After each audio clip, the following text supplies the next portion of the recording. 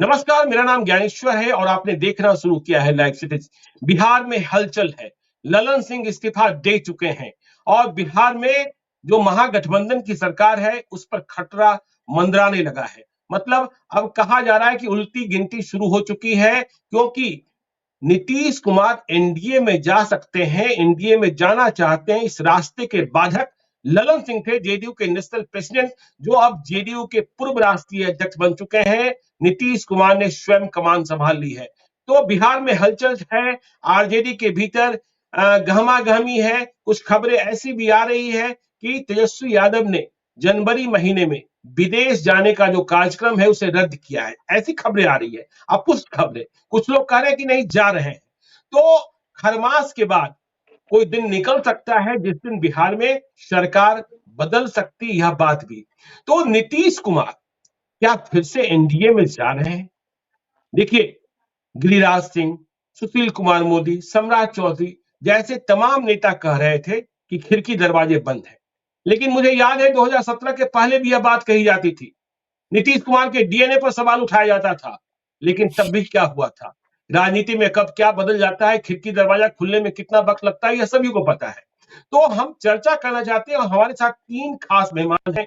Professor Chandrachud Singh साहब हैं, जो हिंदू कॉलेज दिल्ली में राजनीति शास्त्र के पॉलिटिकल साइंस के प्रोफेसर हैं। विनय कुमार जी हैं, बिहार के सीनियर जर्नलिस्ट हैं, रांची में रहते हैं। और चंदन यादव जी हैं, दिल्ली से सीनियर जर्नलिस्ट हैं। तो हम सभी का स्वागत करते हुए प्रोफेसर चंद्रचूड़ सिंह के पास सबसे पहले जाना चाहते हैं। वे बिहार के ही रहने वाले हैं। नीतीश कुमार फिर से एनडीए में बीजेपी के साथ लोकसभा चुनाव 2024, क्या कहेगी बीजेपी जो कह रही थी नहीं, अब नीतीश कुमार के लिए नो एंट्री, और नीतीश कुमार चले जाते हैं तो बीजेपी को फायदा कितना पहुंचता है? क्या बगैर नीतीश कुमार के बीजेपी बिहार में लोकसभा का चुनाव नहीं जीत सकती थी? 2019 का प्रदर्शन नहीं दोहरा सकती थी? ये बड़ा सवाल है चंद्रचूड़ जी। ठीक कह रहे हैं ज्ञानेश्वर जी आप। देखिए, मैं तो पॉलिटिकल साइंस पढ़ाता रहा हूं और एक बहुत बड़े मतलब स्टेट्समैन कह सकते हैं, राजनीतिज्ञ उनको भी कह सकते हैं, बिस्मार्क जी थे। और बिस्मार्क का कहना था कि politics is art of possible and the attainable. जो प्राप्त जी किया जा सकता है और जो संभव है, तो संभव राजनीति में सब कुछ है। अगर आप जी विशेष के रूप में देखेंगे तो मुझे लगता है कि जो भी घटनाएं घट रही हैं उसका कहीं ना कहीं, उसकी तारें कहीं ना कहीं आगामी अभी इस विधानसभा और आने वाले विधानसभा और इस बीच, दोनों विधानसभा के बीच के लोकसभा, इन तीनों से जुड़ी हुई। मैं ऐसा क्यों कह रहा जी। हूं? आप देखिए कि जैसे ही आप समझिए, इंडिया ब्लॉक की राजनीति का जो धूल था, जो जमीनी आधार था, वो बिहार से तैयार किया गया और नीतीश कुमार उसके एक बहुत बड़े पुरोधा और पक्षधर दोनों थे।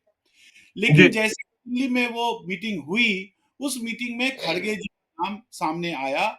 और नाम सामने ही नहीं आया, मैं आपको एक और घटना बताना चाहूंगा कि उस मीटिंग में अमूमन जब नीतीश कुमार ने अपना भाषण दिया तो टी आर बालू ने कहा कि इनके भाषण को कुछ समझ में नहीं आया, हिंदी में बताइए।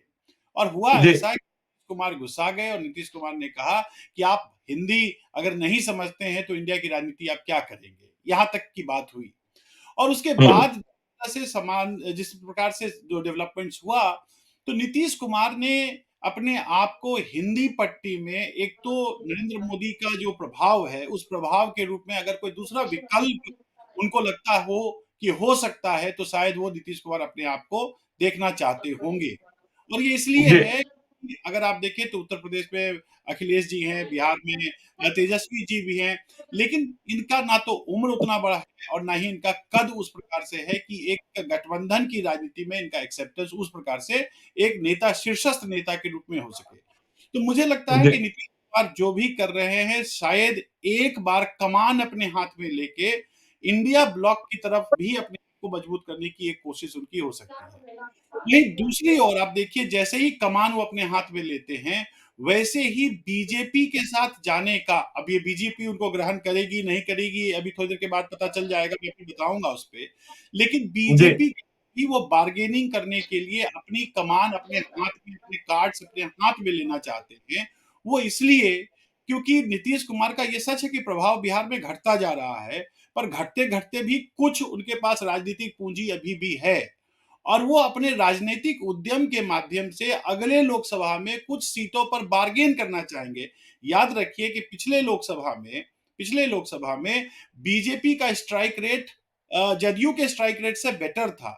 तो बीजेपी बिहार में एक प्रभावी शक्ति है और उस शक्ति के साथ अटेन करके उस टेबल पर जाके अपने आप को जोड़ के शायद अपनी डूब पूंजी है, उनकी राजनीतिक पूंजी है, विरासत है, उद्यम है, लेगेसी है, जो भी आप कहिए, उसको बचाने की एक कोशिश कर सकते हैं। तो नीतीश कुमार एक साथ दोनों खेल खेल रहे हैं, क्योंकि ऐसा दोनों करने से उनका कम से कम 2024 चुनाव तक या उसके बाद तक राजनीतिक कुर्सी बचा रहे। याद रखिए, ना तो राजद और बीजेपी दोनों बड़ी पार्टियां थी, ये छोटे दल के होकर भी लगातार सत्ता सुख नहीं करते रहे। चंद्रचूड़ जी, हम ये समझना चाहते हैं कि जो बीजेपी कह रही थी नो एंट्री, यदि नीतीश कुमार को फिर अपने साथ कर लेती है तो वो क्या कहेगी बीजेपी? नीतीश कुमार को जो कहना होगा वो कहेंगे। और दूसरी बात, क्या नीतीश कुमार के आए बगैर बीजेपी बिहार में उतनी बड़ी जीत हासिल नहीं कर सकती थी जितनी बड़ी जीत 2019 में मिली थी? मैं स्पष्ट रूप से जानना चाहता हूं, संक्षिप्त शब्दों में, क्योंकि हमारे और भी मेहमान हैं। देखिए, ऐसा मुझे ये लग रहा है कि बीजेपी, वैसे तो बहुत मुश्किल होगा बीजेपी को इसको जस्टिफाई करना, लेकिन किसी ने कोई ना कोई तरीका निकाल लिया जाएगा, क्योंकि आप समझिए बीजेपी के पास एक बहुत बड़ा नेता है और बहुत बड़ा नेतृत्व है और वो रोल ओवर कर जाएगा, तो इसलिए बहुत जी ज्यादा दिक्कत पर नहीं आएगी। हाँ, बीजेपी के पास अगर नीतीश कुमार होते हैं तो मुझे लगता है कि जिस प्रकार की सीटों की मंशा है बीजेपी को बिहार से, वो सीटों को प्राप्त करने में बीजेपी को सहायता तो होगी, इससे नकारा नहीं जा सकता।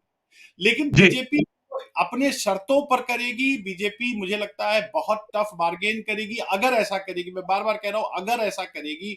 मुझे प्राथमिक तौर पर नहीं लगता है कि बीजेपी ऐसा करेगी, लेकिन अगर बीजेपी ऐसा करेगी, अपने अपने तर्क पर करेगी, अपने शर्त पर करेगी और बहुत हार्ड हिटिंग बार्गेन करके बीजेपी ऐसा करेगी, इससे बीजेपी को थोड़ा फायदा तो होगा। एक लास्ट बात मैं बता दूं, हो सकता है अगले सेगमेंट में जी बताइएगा। आप याद रखिए कि बिहार में एक और राजनीतिक क्रांति चल रही है जिसको आप जन स्वराज कहते हैं, उसका भी ट्रैक्शन चल रहा है। तो बीजेपी जी के पास फायदा हो सकता है कि वो 1% ही सही, कहीं 2% ही सही, मेरे ख्याल से 7 से 10% तक का प्रभाव अभी भी वोट बैंक में नीतीश कुमार के पास है। मुझे लगता है कि बीजेपी के पास अगर वो धड़ा जुड़ जाता है तो बीजेपी को अपने मंजिल तक जाने में, खास करके 40 सीट हैं उसमें एलजेपी को हटा दीजिए, तो उसके बाद भी कम से कम 28 से 30 सीट तक ले जाने के लिए मेरे ख्याल से उनको ये मददगार साबित हो सकता है। हालांकि आरंभिक जो दौर है उस पर मुझे लगता है बीजेपी को जस्टिफाई करना भी मुश्किल होगा, और बीजेपी के कई लोग ऐसे हैं जो ये चाहते भी नहीं है कि नीतीश कुमार आए, लेकिन चलिए, नीतीश चाहते हैं नहीं चाहते हैं, चाहते हैं नहीं चाहते, ये फैसला तो देखिए नरेंद्र मोदी और अमित शाह को करना है, बाकी लोग तो बेगाने। किनको पता था कि मोहन यादव मुख्यमंत्री बन जाएंगे? किनको पता था कि भजन लाल शर्मा मुख्यमंत्री बन जाएंगे? सुशील कुमार मोदी को क्या पता है कि 2024 में वे फिर से राज्यसभा जाएंगे? गिरिराज सिंह को पता है कि उन्हें 2024 में टिकट मिलेगा? राधा मोहन सिंह को पता है? रविशंकर प्रसाद को पता है? रमा देवी को पता है? अश्विनी चौबे को पता है? नहीं कर सकते हैं। तो हम विनय जी के पास आते हैं। विनय जी, आप बिहार को बेहतर समझते हैं और बिहार की खबरों से, रोजमर्रा की खबरों से आप वाकिफ रहते हैं। चंद्रचूड़ जी ने कहा कि देखिए, जस्टिफाई करना मुश्किल होगा बीजेपी के लिए भी, नीतीश के लिए भी। नीतीश की पहचान तो पलटू के रूप में लालू यादव ने बना ही दी थी, फिर उन्होंने साथ कर लिया। लेकिन इसके साथ इन्होंने कहा कि बहुत ही कड़ा समझौता। तो क्या बीजेपी के साथ जाने पर भी नीतीश कुमार बिहार के मुख्यमंत्री बने रह पाएंगे? बीजेपी उन्हें मुख्यमंत्री के रूप में कबूल करती रहेगी? क्योंकि बिहार बीजेपी के नेताओं से जो मेरी बातचीत हुई है, वे कहते हैं नीतीश जी का स्वागत करने के लिए हम तैयार हैं, लेकिन मुख्यमंत्री की कुर्सी छोड़नी होगी। और दूसरी बात हम आपसे समझना चाहते हैं कि जो ये जेडीयू और आरजेडी के रिश्ते में खटास है, इसके मुख्य कारक या कारण और किरदार कौन है? लालू यादव या तेजस्वी यादव? विनय जी। नहीं, देखिए, जहां तक बीजेपी में वापसी की बात है तो इसमें कोई किंतु परंतु नहीं है। अगर नीतीश कुमार आना चाहेंगे बीजेपी में तो जी हम लोगों के पास जो सूचना है, ये कुछ लोगों के बयान से आप मत जाइए। प्रधानमंत्री निश्चित रूप से पसंद करते हैं नीतीश कुमार को, क्योंकि प्रधानमंत्री की जो खासियत है, ईमानदारी, परिवारवाद से मुक्त, वो दोनों खासियत नीतीश कुमार में है। वो नीतीश कुमार भी ईमानदार व्यक्ति हैं, परिवारवाद से मुक्त हैं। तो सिर्फ बीजेपी को ये कहना पड़ेगा कि भाई भ्रष्टाचार के खिलाफ और परिवारवाद के खिलाफ जो मेरे साथ आना चाहता है उसका हम स्वागत करते हैं। और दोनों कसौटी जी। पर नीतीश कुमार खरे उतरेंगे। नीतीश कुमार भी कहेंगे भाई हम तो भ्रष्टाचार के खिलाफ सदैव लड़ते रहे, हम इस गठबंधन में अपने को असहज पा रहे थे तो वापस चले गए। तो ये कोई बहुत बड़ी बात। और दूसरी बात जो है कि बीजेपी और जेडीयू नेचुरल एलाई है, ये दोनों एक दूसरे के पूरक हैं। और नीतीश कुमार जी। की राजनीति में बीजेपी की बड़ी भूमिका रही। नीतीश कुमार को अटल जी की सरकार में रेल मंत्री बनाया गया, कृषि मंत्री बनाया गया, परिवहन मंत्री, कई भी जिम्मेदारियां वहां उनको दी गई।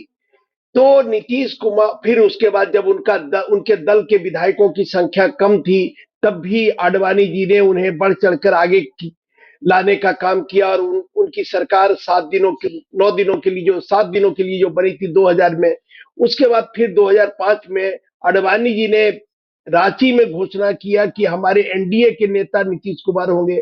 संयोग से उस दिन हम आडवाणी जी ने मुझे ही बताया था, यूएनआई को बताया था उस समय, और हम लोगों ने वो खबर जी। चलाई थी। दूसरे दिन जब बहरागोड़ा की सभा में आडवाणी जी हमसे मिले तो उन्होंने कहा कि भाई जॉर्ज फर्नांडिस का संदेश आया था कि भाई आपने जो घोषणा किया इसके लिए हम आपको आज से बहुत आपके प्रति रहते हैं, अनुग्रहित रहते हैं। आपके प्रति मेरा शुभकामना है कि आपने मेरी पार्टी के नेता नीतीश कुमार को एनडीए का नेता बनाया। फिर दूसरे दिन भी हम लोगों ने उस खबर को लेने का काम किया। लेकिन मेरा कहना है कि एनडीए इनका नेचुरल एलाइज है, और नीतीश कुमार आना चाहेंगे तो प्रधानमंत्री इसलिए लेंगे इनको क्योंकि ये विपक्षी एकता के धूरी बन रहे थे बिहार में। और ये जी। अगर चले आते हैं तो विपक्षी एकता फुस हो जाएगी। एंड हम्म। जो महागठबंधन में जो नेता है जिन पर भी आज भी भ्रष्टाचार का आरोप नहीं लगता है, वो एकमात्र नीतीश कुमार है। बाकी नेताओं पर तो ईडी, सीबीआई, और आप देख लीजिए अगर ईडी सीबीआई की जो ताकत है भारतीय जनता पार्टी, आज तक नीतीश कुमार पर नहीं लग पाई क्योंकि नीतीश कुमार की ईमानदारी है। तो इसलिए मुझे लगता है कि प्रधानमंत्री भी चाहेंगे और प्रधानमंत्री के स्तर से ये डीलिंग होगा, अमित शाह के स्तर से ये डीलिंग होगा। और अमित शाह पूरा कमान संभाल लिए हैं अभी बिहार का। बिहार की राजनीति पर उनकी पैनी दृष्टि है और वो चाहते हैं कि बिहार में हम बेहतर से बेहतर परिणाम करें। याद करिए जब 2014 में अमित शाह को उत्तर प्रदेश की जिम्मेदारी सौंपी जा रही थी, उसके पहले राजनाथ जी को भी कहा गया था, लेकिन राजनाथ जी भी आ गए। और जब अमित शाह आए तो उन्होंने 71 या 72 सीट जिताने में कामयाब हो गए। कोई राजनीतिक पंडित नहीं कहता था कि भाई अमित शाह ऐसा कर देंगे, इस तरह का कर। बड़े बड़े राजनीतिक विश्लेषक कहते लेकिन थे विनय जी 40-45 सीट। लेकिन हम परिप्रेक्ष्य जो है वो हम यह समझना चाहते हैं कि क्या एनडीए में आने के साथ, एनडीए के साथ मिलने के बाद भी नीतीश कुमार बिहार के मुख्यमंत्री बने रहेंगे, या फिर कोई बातचीत ऐसी होगी जिसमें लोकसभा और विधानसभा का चुनाव करीब करीब आसपास होगा? क्या आपको लगता है? पहला सवाल, मुख्यमंत्री बने रहेंगे एनडीए अलायंस के नीतीश कुमार, या फिर बीजेपी इस बात का दबाव बनाएगी कि नहीं आप मुख्यमंत्री की कुर्सी छोड़िए और बीजेपी का मुख्यमंत्री होगा?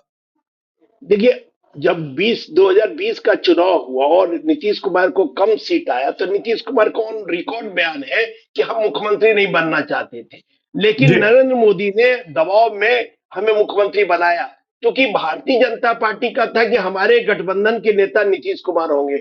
और उस गठबंधन के नेता के नाते नीतीश कुमार को मुख्यमंत्री नरेंद्र मोदी ने बनाने का काम किया। चूंकि ये राजनीति में क्या है या सामाजिक जीवन में क्या परसेप्शन कैसा है, तो नरेंद्र मोदी ने जो गछा कि भाई हमारे नेता बिहार में इस गठबंधन के नीतीश कुमार होंगे, तो नीतीश कुमार को मुख्यमंत्री बना दिया गया। तो नीतीश कुमार तो उस समय भी जब उनकी संख्या बल कम हुई तो उनको लगता था भाई बड़ी पार्टी भारतीय जनता पार्टी है, इस बार अब उनको मौका मिलना चाहिए। लेकिन प्रधानमंत्री और भारतीय जनता पार्टी के नेताओं के दबाव पर नीतीश कुमार स्वीकार किए। लेकिन नीतीश कुमार जब स्वीकार किए और भारतीय जनता पार्टी के कुछ नेता, हम नाम अभी नहीं बताएंगे या लेना चाह रहे हैं, उनके कारण नीतीश कुमार अपने को असहज महसूस कर लिए। क्योंकि जब सुशील मोदी उनके डिप्टी हुआ करते थे तो सुशील मोदी और नीतीश कुमार की जोड़ी 70 कॉलेज के जमाने का था, दोनों एक दूसरे को समझते थे और इस कारण दोनों में बड़ा तो तारतम्य आप था। मानते दोनों हैं एक विनय दूसरे जी, के आप पूर्ण मान रहे हैं विनय जी कि फिर से नीतीश कुमार ही मुख्यमंत्री रहेंगे?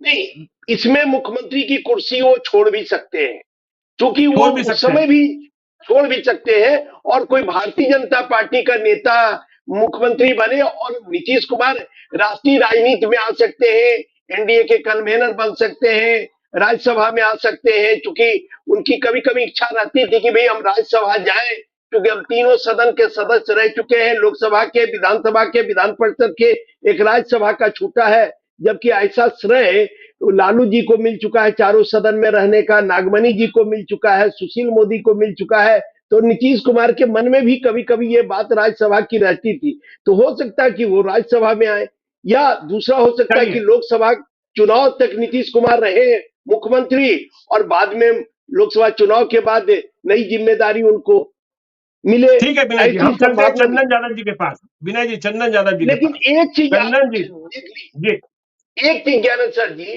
क्यों बीजेपी इनको लेना चाहते, इसको जरा समझ लीजिए। जब 1999 में, देखिए भारतीय जनता पार्टी कई चीजों से सीखती भी है कि भाई क्यों हमारी गलती के कारण हमारी 2004 में सरकार चली गई। तो 2004 में जब सरकार गई उस समय दो बड़े घटक दल रामविलास पासवान और दरमुख इनके खिलाफ चले गए थे, और दरमुख और रामविलास पासवान के जाने के कारण देखिए नतीजा क्या हुआ, हम वो बताते हैं रिकॉर्ड के लिए आपको, कि जब रामविलास पासवान बिहार में थे तो 54 सीटें थी 1999 में, उस समय झारखंड बिहार के साथ था, तो 54 में से 41 सीट एनडीए को जीतने में कामयाबी मिली। लेकिन जब 2004 में चूंकि बिहार का विभाजन हो गया, 14 सीट झारखंड में चली गई और बिहार में केवल 40 सीट बची, तो उस समय जब चुनाव हुआ तो एनडीए को केवल 11 सीट मिला। उसी तरह से जब दरमुख इनके खिलाफ चली गई, जब दरमुख इनके साथ थी, तो दरमुख का बहुत ही अच्छा मैंने रिस्पॉन्स रहा था। 39 में से 26 सीटें तमिलनाडु में, तो 26 सीटें एनडीए जीतने में कामयाब रही थी। लेकिन जब दरमुख छोड़ के चली गई और अन्ना दरमुख के साथ इन्होंने समझौता किया तो इनको एक भी सीट नहीं मिला, जिसके कारण क्या हुआ कि वाजपेयी सरकार चली गई। तो वो चीज भी सीख के भारतीय जनता पार्टी के नेता को चाहते हैं कि बिहार में हमारा ऐसा हो कि फिर हम 39 के 39, तो इसलिए नीतीश कुमार की यहाँ आवश्यकता है। 40 या 40 के 40। मैं आपकी बात समझ गया, मैं चंदन यादव जी के पास चलता हूँ। चंदन जी, क्या होगा? ये तो जो स्थितियां और परिस्थितियां हैं और जो विशेषज्ञ कह रहे हैं कि इंडिया अलायंस फुस हो जाएगा, और यदि नीतीश कुमार चले गए फिर से एनडीए की ओर, तब वैसी स्थिति में आरजेडी का क्या होगा? पिछली राजनीति का क्या होगा? क्या, और यह भी समझना चाहते हैं आपसे बेहतर तरीके से, आरजेडी को आप करीब से समझते हैं, कि नीतीश कुमार से रिश्ते बिगड़ने के लिए कसूरवार लालू यादव अधिक कि तेजस्वी यादव अधिक, या दोनों? एक तो ये चर्चा देखिए, अब मुझे तो नहीं लगता कि नीतीश जी ऐसा कुछ करेंगे। अगर हम, और पता नहीं तो कब तक चर्चा होगा कि वो जो है छोड़ के जा रहे हैं, मतलब जब, मुझे लगता है जब छोड़ के जाए तभी चर्चा हो तो बेहतर है। नहीं, देखिए चंदन जी, एक मिनट रुकते हैं। नीतीश जी ने कल कहा रूटीन बैठक है, कल ये भी बात कही गई कि ललन सिंह ने कहा कि इस्तीफे की बात नहीं है, विजय चौधरी ने कहा इस्तीफा नहीं दे रहे हैं, केसी त्यागी ने कहा इस्तीफा नहीं दे रहे, लेकिन हो तो गया ना। तो इसलिए जो बातें कही जा रही कि ललन सिंह रास्ते में बाधक, विनय जी पहले चंदन जी से समझ लेते हैं। एक सेकंड खाली, नीतीश जी, ये ललन जी ने ये कहा कि भाई पत्रकार लोगों से कि आप बीजेपी से लिखवा के ले आइएगा, वही हम पेश कर देंगे इस्तीफा में। तो आज लगता है ललन जी बीजेपी से लिखवा के मंगवाए हैं क्या? चलिए चंदन जी, तो मैं ये कहना चाह रहा हूँ, मैं चंद्रचूड़ जी की ही बात को लेकर आगे बढ़ता हूँ। उन्होंने कहा कि राजनीति में ये देखते हैं कि क्या पॉसिबल है और क्या अटेनेबल है। नीतीश जी अगर जाते हैं, मुझे नहीं लगता है जाएंगे, लेकिन ठीक है जाते हैं तो मतलब कह भी नहीं सकते किसी के बारे में, राजनीति है, कुछ भी हो सकता है।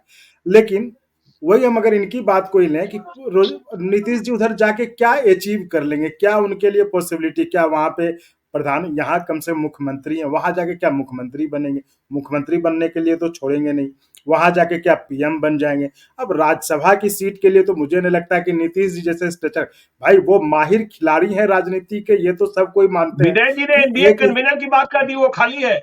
मैं कह रहा हूँ यहाँ पॉसिबल, मैं तो वही कह रहा हूँ कि पॉसिबल और अटेनेबल, ये तो यहाँ भी है ना, यहाँ अभी ताला नहीं लगा है ना। खबर तो ये भी थी ना कि बन सकते थे, लेकिन कैसे वो मिस हो गया इस बार। हो सकता है अगली बार हो जाए। मैं सिर्फ ये कह रहा हूँ, हम जब संभावना पर ही चर्चा कर रहे हैं तो संभावना जी। ये है कि क्या क्या पॉसिबल है और क्या अटेनेबल है। यहाँ पॉसिबिलिटी उधर कुछ भी नहीं। ऐसा नहीं कि वहां जाएंगे और वो अगले प्रधानमंत्री नीतीश जी हो जाएंगे, है ना। राज्यसभा के लिए मुझे नहीं लगता है कि वो इतना बड़ा दांव खेलेंगे।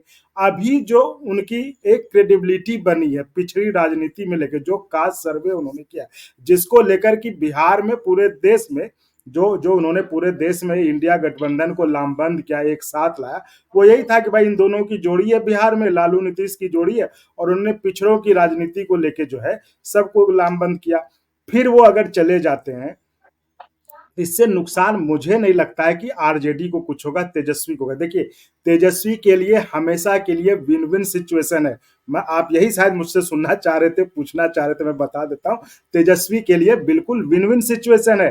तेजस्वी ने क्या दिखाया, चाहे जितने महीने की सरकार हो, उसने ये दिखाया कि मुझे मौका मिला, मैंने परफॉर्म किया। यही सरकार 17 साल से थी बीजेपी और जेडीयू अलायंस की बिहार में, नौकरियां नहीं मिली।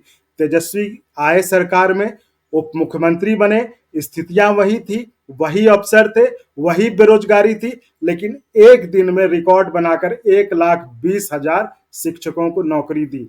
मैं ये सिर्फ, आप इसको ये राजनीति से मत जोड़िए, मैं ऐसे करो, एक बिहारी कैसे देखता है, चीजें वही थी, सरकार वही थे, नीतीश कुमार ही मुख्यमंत्री थे, अलायंस में बीजेपी जेडीयू थी, तेजस्वी फिर आए अचानक से, जितने ही दिन का समय मिले, महीने का समय मिले, साल, उन्होंने कहा कि भाई अब आरजेडी बदल चुकी है, आरजेडी अब काम करने वाली पार्टी, उनको मौका मिला, उन्होंने रिकॉर्ड बना दिया कि एक दिन में 1,20,000 के नियुक्ति पत्र बांट दिए। और अगर जितनी नौकरियां उसके बाद निकली हैं, आप जोड़ लीजिए, तो करीबन 4-5 लाख की नौकरी मिल गई एक नहीं साथ। चंदन जी, तो आपको हम यहाँ बिहार में, रोकते हैं।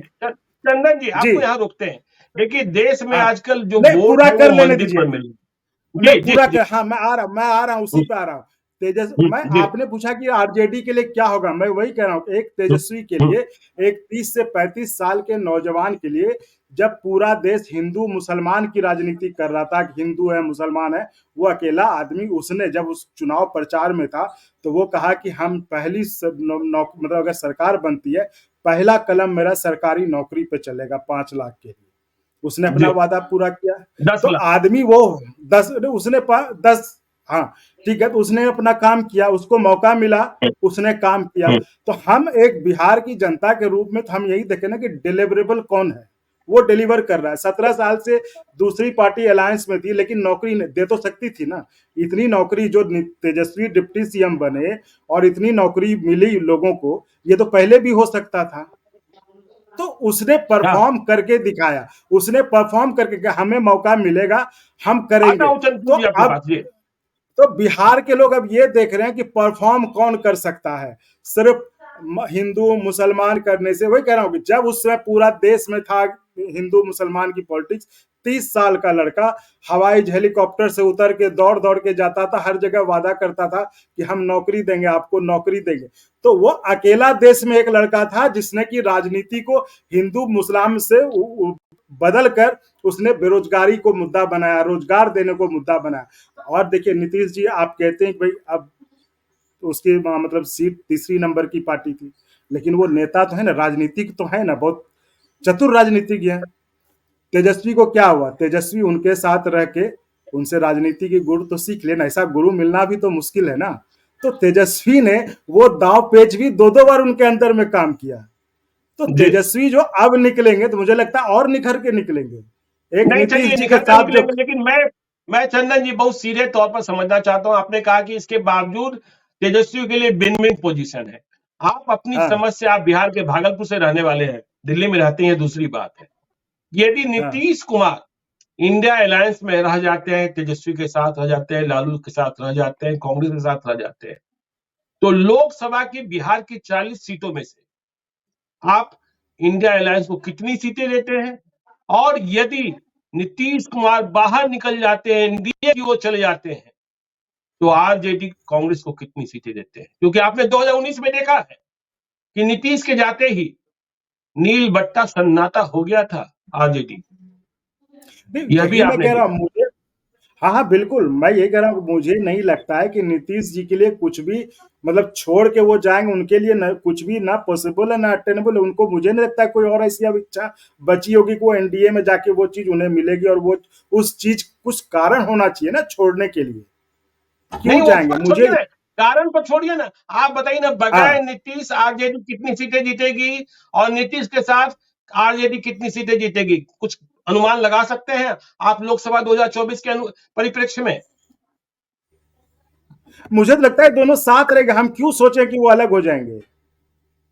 अच्छा, आप ये मानने को तैयार ही नहीं है। चंद्रचूड़ जी, मैं आपके पास आता हूं। देखिए देखिए जी, ज्ञानेश्वर जी, आप ये बताइए, बिहार के जो हालात बन रहे हैं, और जैसा चंदन जी ने कहा कि नहीं छोड़कर जा रहे हैं, लेकिन यदि नहीं छोड़कर जाना होता तो ललन सिंह को हटने की जरूरत ही नहीं थी। ललन सिंह के बारे में बात तो यही कही जा रही थी कि वे लालू और तेजस्वी के अधिक करीब हो गए। तो लालू और तेजस्वी के अधिक करीब हो गए, सेतु बने हुए थे, तो फिर तो चुनाव में फायदा ही मिलता।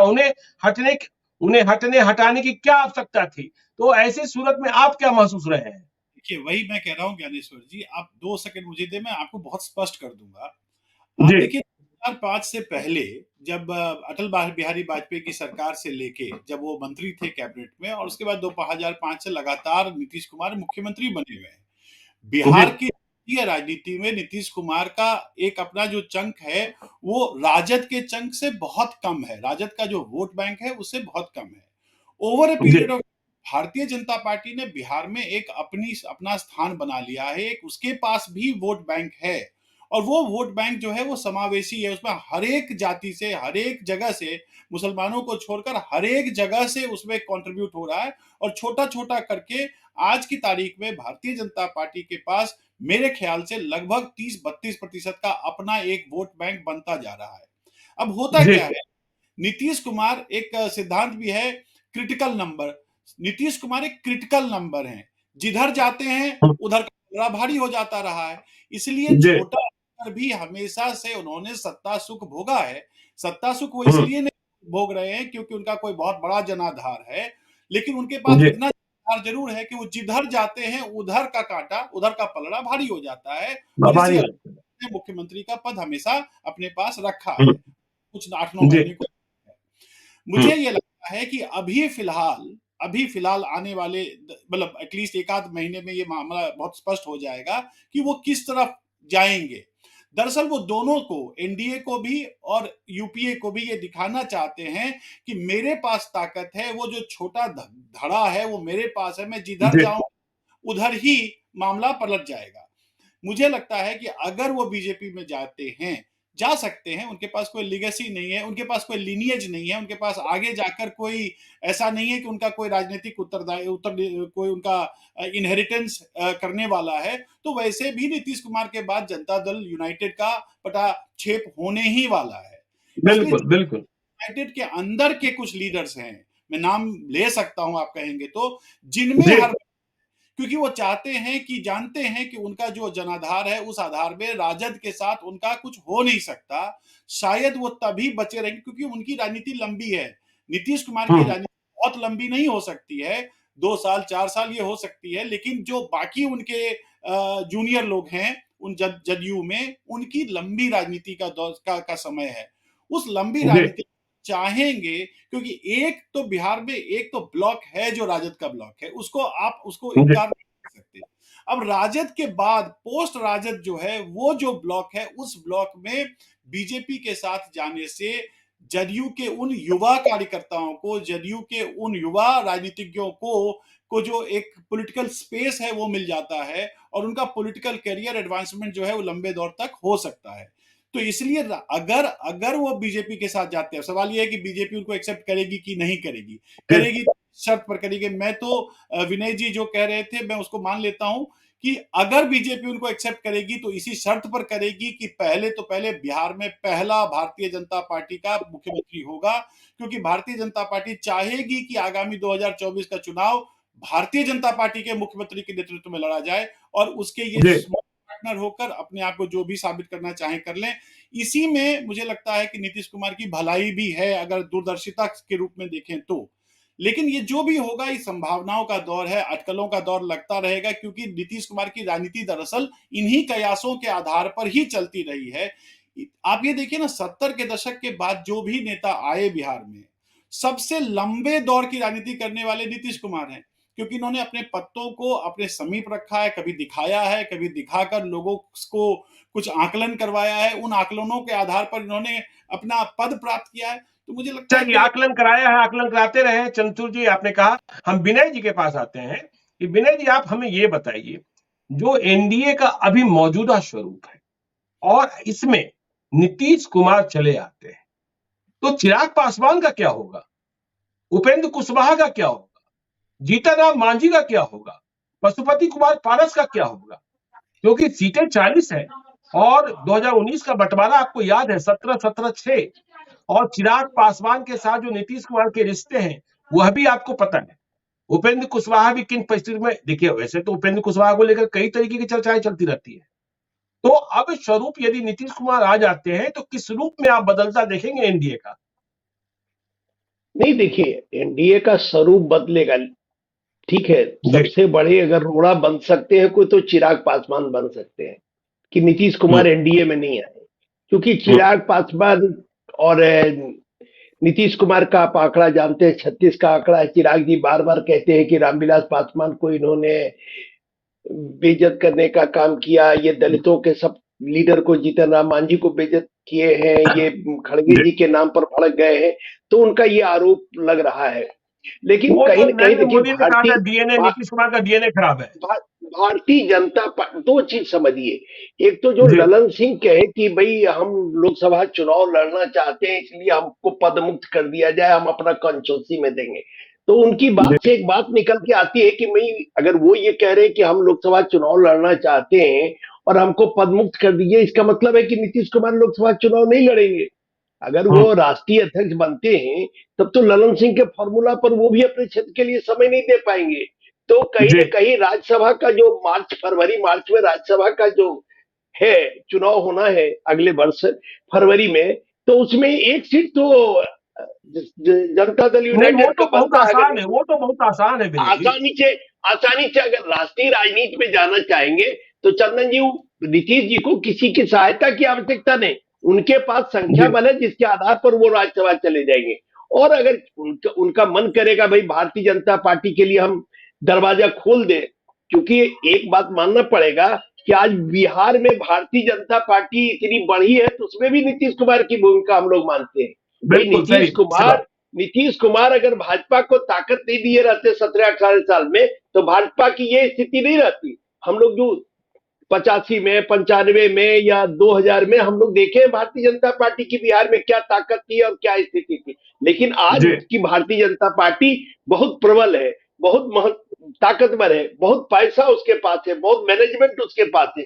तो भारतीय जनता पार्टी, चूंकि हिंदी बेल्ट में अभी एक ऐसा राज्य बिहार ही है जहां भारतीय जनता पार्टी की सरकार अब तक आजादी के समय से आज तक नहीं बन पाई है, तो भारतीय जनता पार्टी का शीर्ष नेतृत्व भी चाहेगा कि नीतीश कुमार को हम अगर एडजस्ट करें ऊपर में और वो छोड़ दे, तो इस बार भारतीय जनता पार्टी का मुख्यमंत्री बिहार में बन सकता है। तो ये इसलिए भारतीय जनता पार्टी के नेता समझौता करें। लेकिन नीतीश कुमार जो है, नीतीश कुमार को जितना हम लोग जानते हैं, आप भी जानते हैं ज्ञानेश्वर जी, कि नीतीश कुमार बराबर दो नाव की सवारी करते हैं, एक नाव पर बैठे रहते हैं, दूसरे की तलाश में रहते हैं। तो अगर इस नाव में उनको पूरा महत्व मिलेगा, आज भी क्योंकि कांग्रेस पार्टी उनके साथ जो व्यवहार कर रही है, वो अगर आप कह सकते हैं कि विपक्षी राजनीति के जन्मदाता कह सकते हैं कि जो विपक्षी गठबंधन हुआ उनके तो जननी है नीतीश कुमार, तो यहाँ वो तवज्जो नहीं मिल पा रहा है, और तवज्जो नहीं मिलने के कारण वो खिसियाहट निकला लास्ट बैठक में, जब वो हिंदी के मुद्दे पर बिगड़ गए, हिंदी को लेकर मन नाराज हो गए कि भाई जब, और पहले उसके मीटिंग में मनोज झा हिंदी में वो तो सही है, जब मनोज झा रूपांतरण करने लगे, बिना ये मनोज झा हिंदी में समझाने लगे तो मनोज झा को भी डांट दिया। नहीं, अंग्रेजी में, मनोज झा अंग्रेजी में ट्रांसलेट कर रहे थे उनके भाषा का, जो नीतीश जी हिंदी में कहे उसको मनोज झा अंग्रेजी में बताने जा रहे थे, तो भड़क गए ना, भड़क गए। और आप समझिए कि द्रमुक की जो पूरी राजनीति है हिंदी विरोध की राजनीति है, अगर आप नहीं चलिए तमिलनाडु में विनय चले जी प्रमुख पर समय कम है। हम जो समझना चाहते थे कि यदि नीतीश कुमार आते हैं तब भी उपेंद्र कुशवाहा, जीतन राम मांझी, चिराग पासवान, पशुपति कुमार पारस एनडीए में ही बने रहेंगे, हाँ या ना में जवाब दें। नहीं नहीं, मुझे लगता है कि थोड़ी दिक्कत होगी चिराग पासवान को, लेकिन चिराग पासवान को भी आगे की राजनीति करनी है, लंबी जी राजनीति करनी है। तो भाई हम्म, यहाँ तो नीतीश को देखिए, यहाँ क्या है कि चिराग पासवान के लिए यहाँ स्कोप आगे खुला रहेगा, क्योंकि हम्म, चिराग पासवान अगले 40 साल राजनीति करेंगे। नीतीश कुमार 5 साल, अगला 5 साल के बाद राजनीति करने के लिए सक्षम नहीं हो पाएंगे, क्योंकि उनकी उम्र, उनकी दशा जो होगी वो नीतीश कुमार को अलाउ नहीं करेगा। एक उम्र के बाद आदमी चलिए अलाउ नहीं चिराग करता है। पासवान तो को ऐसे समझौता में करना होगा। चिराग पासवान के लिए, और चिराग पासवान को जिस तरह से प्रधानमंत्री मानते हैं और जिस तरह से प्रधानमंत्री उनको अपना एहसास कराते हैं कि भाई हम तुम्हारी चिंता करेंगे, तो मुझे लगता है चिराग पासवान रहेंगे। हाँ, चिराग पासवान नाराज तो होंगे कि भाई नहीं आना चाहिए नीतीश कुमार, तो रोड़ा बन सकते हैं चिराग पासवान इस गठबंधन में कि नीतीश की एंट्री नहीं हो, लेकिन नीतीश की एंट्री जो होगी वो प्रधानमंत्री लेवल पर होगी, नरेंद्र मोदी के लेवल पर होगी, निचले कोई ठीक है स्तर से ठीक है, नहीं होगी। इस बात को मैं समझ गया। चंद्रचूड़ जी कुछ कहना चाह रहे थे, क्योंकि मुझे चंदन जी के पास जाना है। मैं बस एक ही चीज कहना चाह रहा हूँ ज्ञानेश्वर जी की देखिए, ये जी पासवान और भी बाकी लोग जो भी हैं, ये आप हम्म, समझिए कि भारतीय जनता पार्टी के पास एक ऐसा नेता है, भारतीय जनता पार्टी के जी पास ऐसा संगठन है, भारतीय जनता पार्टी के पास एक ऐसा कैडर है जी जिस लाभ हर कोई लेना चाहेगा। और मुझे लगता है, जैसे पहले भी इस चर्चा में विनय जी कह रहे थे कि अगर ये हुआ तो जाहिर तौर पर भारतीय जनता पार्टी के शीर्षस्थ नेताओं के द्वारा ही किया जाएगा, और इस रूप बिल्कुल में जाएगा कि सारे लोगों को साथ रखकर जो नहीं आना चाहेंगे उनको कह दिया जाएगा। देखिए, बार्गेनिंग के पोजीशन में आज भारतीय जनता पार्टी सबसे सशक्त शक्ति है बिहार में, और बार्गेनिंग के पोजीशन में इतनी ज्यादा स्ट्रांग है वो कि लोगों को उसको एक्सेप्ट करना पड़ेगा। हाँ, ये जरूर है कि नीतीश कुमार अगर बीजेपी के साथ जाएंगे तो बीजेपी को तो लाभ होगा ही, ये तो बिल्कुल मान लीजिए कि बीजेपी के पास एक एडिशनल ऊर्जा आएगी, बीजेपी के पास एक एडिशनल लाभ होगा। सबसे बड़ी बात जो विनय जी ने कह दिया कि ये पूरा जो इंडिया ब्लॉक का की अवधारणा है ना, वो खत्म हो जाएगी, और शायद इसीलिए पंक्चर कर जाएगी, खत्म हो जाएगी। शायद इसीलिए आप याद रखिए कि ये दिल्ली में मीटिंग के बाद जब नाराज हुए राहुल गांधी, ये नीतीश कुमार, तो राहुल गांधी ने फोन किया। वो फोन करने का जी मतलब क्या है? राहुल गांधी जैसा जो नेता है, जो परिवार का नेता है और जो अपने आप को अभिजात्य मानता है, वो किसी को फोन कर रहा हो, मना रहा हो, तो राहुल गांधी भी ये जानते हैं कि अगर नीतीश कुमार, और नीतीश कुमार भी इस चीज को जी समझते जी हैं, वो जी नीतीश कुमार बिल्कुल बिल्कुल। चंदन जी के पास अब जाते हैं। चंदन जी ये बताइए, जो परिस्थितियां बन रही हैं आरजेडी के लिए चुनौती, आरजेडी जो पार्टी है वह यादव और मुसलमान से आगे क्यों नहीं बढ़ती है? और नहीं बढ़ने की वजह ही रही कि जो अति पिछड़ी जातियों के मत थे वो नीतीश कुमार झपट कर ले गए, महादलितों का मत झपट कर ले गए। अब अति पिछड़ी जातियों के वोट बैंक में बीजेपी ने सेंधमारी की है, और जब नीतीश कुमार चले जाएंगे तो फिर से वही माई समीकरण। और आपने कहा, देखिए मैं कह रहा हूं रोजगार की बात की, आपने जातिगत जनगणना की बात की। जातिगत जनगणना तो 4 राज्यों के चुनाव में भी मुद्दा था, कहां पंक्चर कर गया। अशोक गहलोत 500 रुपए में सिलेंडर दे रहे थे, कहां पंक्चर कर गया। वोट तो दूसरे मुद्दों पर हो रहा है, और केवल देश का चुनाव नहीं, अब प्रदेशों का चुनाव भी नरेंद्र मोदी के नाम पर लड़ा जा रहा है। तो ऐसे में यादव मुसलमान इसके आगे कैसे बढ़ेंगे? तेजस्वी यादव नहीं, यादव मुसलमान तो ये मतलब आप लोग मानते हैं ना। जी यादव, हाँ, तो कौन यादव मुसलमान का? यादव मुसलमान के वोट से सिर्फ सरकार बन जाएगी, वो मुख्यमंत्री बन जाएंगे? तब तो तो ही यादव बनेंगे ना, मुसलमान जब तक ये आधार नहीं बढ़ाएंगे। हाँ, तो ये आधार बना रहे। उन्होंने नौकरी जब दी, जो इतनी नौकरी 1,20,000 दी, सिर्फ यादव मुसलमानों को नहीं दी ना नौकरी। नौकरी तो जी सबको दी भाई। मैं और उनकी पार्टी में ऐसा तो है नहीं कि सिर्फ यादव मुसलमान है, नेता भी देख लीजिए सब है। तो भाई कह रहा हूँ कि ये जो नैरेटिव है ना, इसको भी हमें बंद करना होगा थोड़ा सा, कि आरजेडी पार्टी है तो यादव मुसलमान, उसमें भी हर हर जाति के नेता, और हम लोगों को तो जात पात से ऊपर उठ के देखना होगा चीजों को, क्योंकि हम जब इस तरह की चर्चा करेंगे तभी तो चीजें सुधरेंगी। हम बीजेपी में नहीं तो कहते आपको कि एक बात लगता है बताइए, चंदन जी की नहीं ज्ञानेश्वर जी एक बात बताइए, हम बीजेपी में नहीं कहते कि उनमें बस कुछ अगड़ी जातियों के वोट हैं, ये भी तो हम कह सकते हैं ना, लेकिन हम आरजेडी में कह लेते हैं कि उसमें नहीं, यादव केवल है, अगली जाति के वोट से थोड़े चुनाव जीतते हैं, अति पिछड़ी जातियां और वो तो हाँ, कहते हैं तो कि लालू जी भी, अरे बिहार आरजेडी भी सिर्फ यादव मुसलमान के वोट से थोड़ी ना जीतते हैं। यदि आप लालू जी यह मुख्यमंत्री बने, आरजेडी भाई आरजेडी सरकार में थी तो क्या सिर्फ लालू यादव मुसलमान के वोट से थोड़े ना बने होंगे, नहीं, उनको फिर अगड़ी वही तो जाति। विभाजन हो गया ना, नीतीश कुमार ने वोट बैंक छीन लिया आपसे।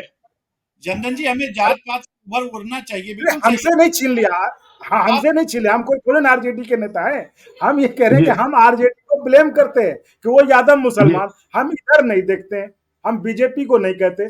भाजपा हम के तो अगर उस आपके लॉजिक पे हम करें तो हम कहें कि बीजेपी सबसे ज्यादा जातिवादी है, क्योंकि चंदन एक जो अगड़ा तबका है वो बीजेपी को छोड़ते नहीं, तो वो जातिवादी हो गए फिर तो। चलिए, चंदन कौन जातिवादी है कौन जातिवादी नहीं है, अब तो देखिए चंद्रचूड़ जी आप समापन कर दीजिए, बस क्योंकि समय हो रहा है। मैं ये नहीं कह रहा, जो चंदन जी कह रहे हैं ये बिल्कुल आदर्श है, होना चाहिए, पर राजद का हाँ हाँ, आप पॉलिसी देख लीजिए, तो क्या लालू परिवार के बाहर राजद गया है? जहां तक भाजपा का सवाल है, भाजपा में आप देखिए कौन कौन लोग भाजपा के प्रदेश अध्यक्ष बने हैं और किस किस जातियों से आते हैं।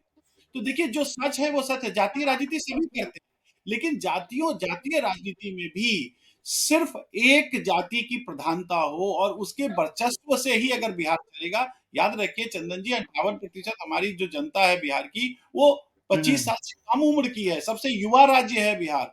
और वो ये भी सही है कि उस युवा राज्य में जो मोदी जी का ट्रैक्शन है वो ज्यादा है, तेजस्वी का होना चाहिए, हो नहीं पा रहा है।